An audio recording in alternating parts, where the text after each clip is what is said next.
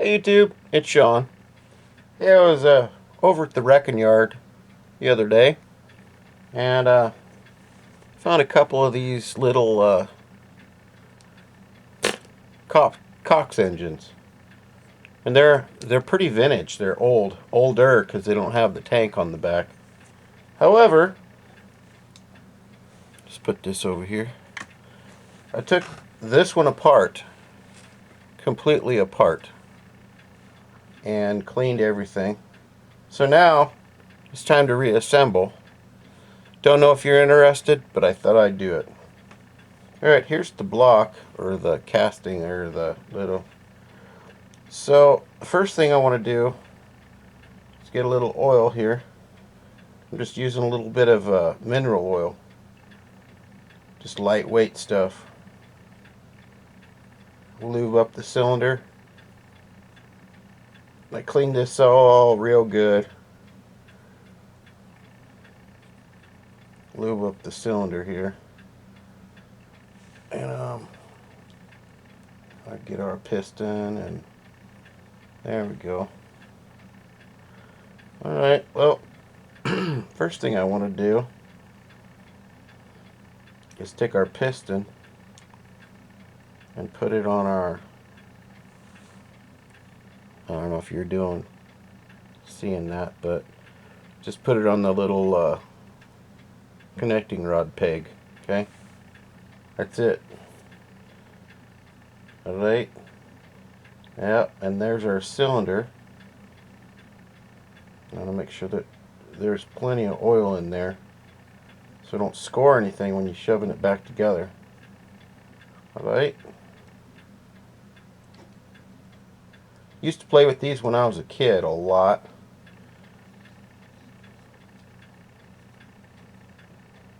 They're pretty robust little motor. I mean, they're not meant to be abused by any means, but yeah, they do run a long time. Alright, there we go. That's that part. Now we have to put our carburetor block apart together. Alright. So the first piece is this little dinky. Oops.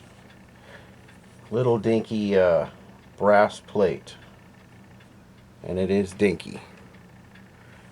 And it goes right there.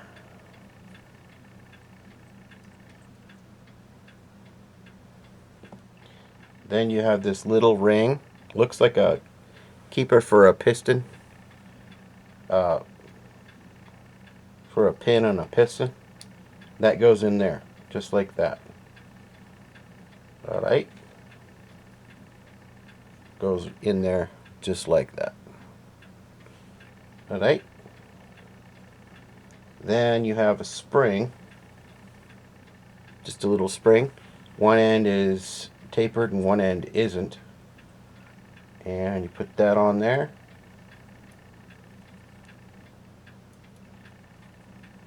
And the tapered end goes up on the spring. There you go. And there's your needle. That's how you adjust your speed. Alright? And we got all the screen clean and the tubing and everything clean inside. Alright? Perfect. So now, what we want to do is we want to carefully, this is the original gasket, and they're hard to find anymore. You can't hardly find them. So you got to be careful with the one you have. But you just place it over the end of your back plate, your carburetor end. Alright? And you put that together.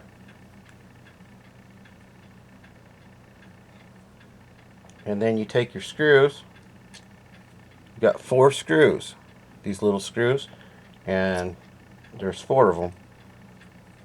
You just put them in there. Yep, and you tighten them You don't go tighten them. Come on. You don't go tighten them straight across. You tighten them in a pattern, you know, like you normally would any other flange.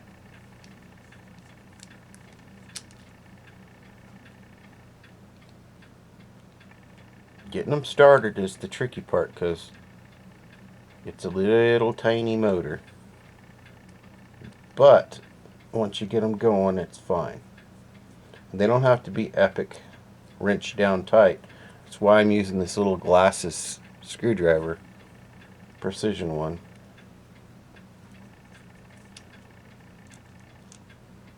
Because you don't want to kill them.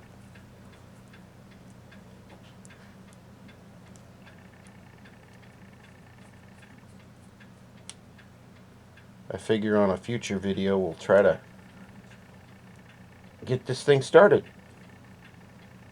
I think we'll try. I have some nitro fuel out there. I always keep some in stock because I have many nitro rigs. I also have a 2-cycle gas truck. 30.5 cc it is.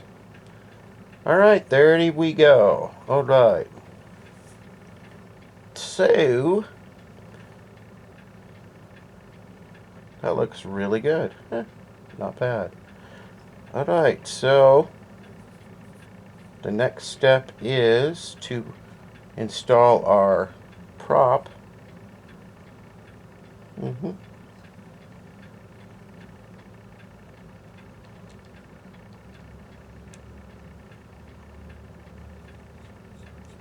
These have little teeth that grip the, there we go, grip the shaft, so there we go. She's together, running up and down. Here we go. Alright. Let me see if I can find something to tighten this up real quick. And we'll put the head on it and see if it has compression. It should.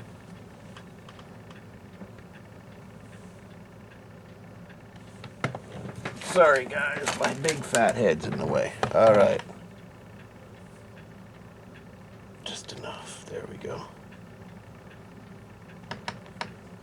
Well, that's all there is to one of those. Alright, so here's the actual head. It's the glow plug as well. It's the way they do them. Screw that back on there.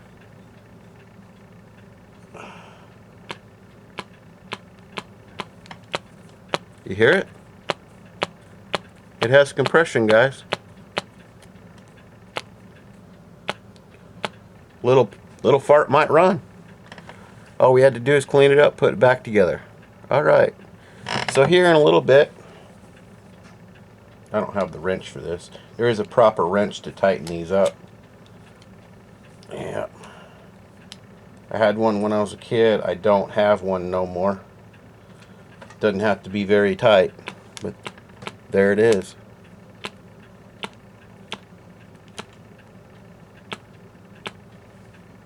Alright. Hopefully we saved a vintage Cox engine. This is the one without the tank. You can get the tank for these, but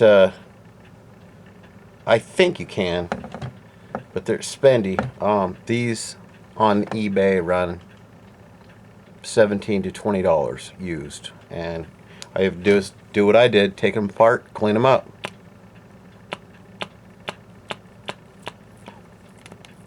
But it sounds good. Sounds like she's got compression. Don't know if she'll run, but we're gonna try. Worth a shot. Alright, stay tuned guys. We'll be back with more. Take care. Thumbs up. Love y'all. Bye-bye.